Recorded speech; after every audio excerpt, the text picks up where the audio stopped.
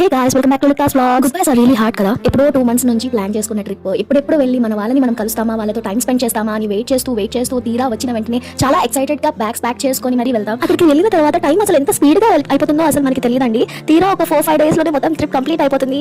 ఇంకా రిటర్న్ వెళ్ళాలా, అందరినీ వదిలేసి వెళ్ళాలా, అబ్బా ఎందుకు మనం ఇంత దూరంలో ఉన్నాం, మన వాళ్ళకి దూరంగా ఎందుకున్నాం అని ఫీల్ అవుతాం కదా. ప్రతి సంక్రాంతికి ఇదే ఫీలింగ్ అండి. వెళ్ళేటప్పుడు ఎంత ఎక్సైట్మెంట్ ఉంటుందో వచ్చేటప్పుడు కూడా అంతే బాధగా ఉంటుంది, అందరినీ వదిలేసి వెళ్తున్నందుకు. మనల్ని మీలో కూడా చాలా మంది ఇలానే బాధపడతారని నాకు తెలుసండి. సో ఎనీవేస్ మేమైతే ఇంకా ట్రిప్ కంప్లీట్ చేసుకొని రిటర్న్ అవుతున్నాం. మేము ఎంత సాడ్ మూడ్ లో ఉన్నా సరే మా ఫేస్ పైన స్మైల్ తెప్పించేది మాత్రం మా పిల్లని. సో వాళ్ళు చేసే చేష్టలు, వాళ్ళు ఆడే ఆటలు, వాళ్ళతో పాటు మేము ఆడుతూ అలా బస్ లో మాత్రం జర్నీ కంప్లీట్ చేసుకున్నాము. రిటర్న్ వచ్చాక ఎవరికైనా సరే తప్పని పని ఏదైనా ఉంది అంటే అది అన్పాక్ చేసుకోవడమే. బట్టలు బ్యాగ్ చేసుకునేటప్పుడు ఎంత బాగుంటుందో అన్పాక్ చేసుకునేటప్పుడు అంతే తీరిపోతుంది మనకి. మేము వెళ్ళింది ఒక బ్యాగ్ తో అయితే రిటర్న్ వచ్చింది మాత్రం 3 బ్యాగులతో. వెళ్ళిన ప్రతిసారి మాత్రం ఇలానే అవుతుందండి. ఎందుకంటే మేము వెళ్ళినప్పుడు ఓన్లీ మా బట్టలు మాత్రమే తీసుకొని వెళ్తాము, కానీ వచ్చినప్పుడు మాత్రం డెఫినెట్ గా మా ఆడపడుచులు, మా అత్తయ్య వాళ్ళు అందరూ చక్కగా మా పిల్లల కోసం, మా కోసం ఫుల్ ఐటమ్స్ ఏవో ఒకటి చేయడం, కొనడం అన్ని చేస్తారు. వాళ్ళన్ని ఇచ్చిన గిఫ్ట్స్ పట్టుకొని రిటర్న్ వచ్చేసరికి 3 బ్యాగులు అయిపోతాయండి. ఈసారి అయితే నేను మాత్రం చక్కగా ఇక్కడ ఉన్న రిలేటివ్స్ అండ్ ఫ్రెండ్స్ కోసం నేను కొన్ని బ్యాంగిల్స్ అయితే తీసుకొచ్చాను. అలానే మా అత్తయ్య మాత్రం కొన్ని ఇతర సామాన్లు కొనిందండి. నాకు మనకేదో దొరకనట్టు నేను అక్కడి నుంచి అట్టముక్కలు అయితే మోసుకొచ్చానండి. ఇవి చాలా స్ట్రాంగ్ గా ఉన్నాయని చెప్పి ఏదో క్రాఫ్ట్ చేద్దామని చెప్పేసి తీసుకొచ్చాను. ఇట్లయితే ఫుల్ కాసాను మా అత్తయ్య చేత, బట్ పర్వాలేదు ఎందుకంటే అట్టముక్కలు అయితే మంచివి దొరికాయి కదా.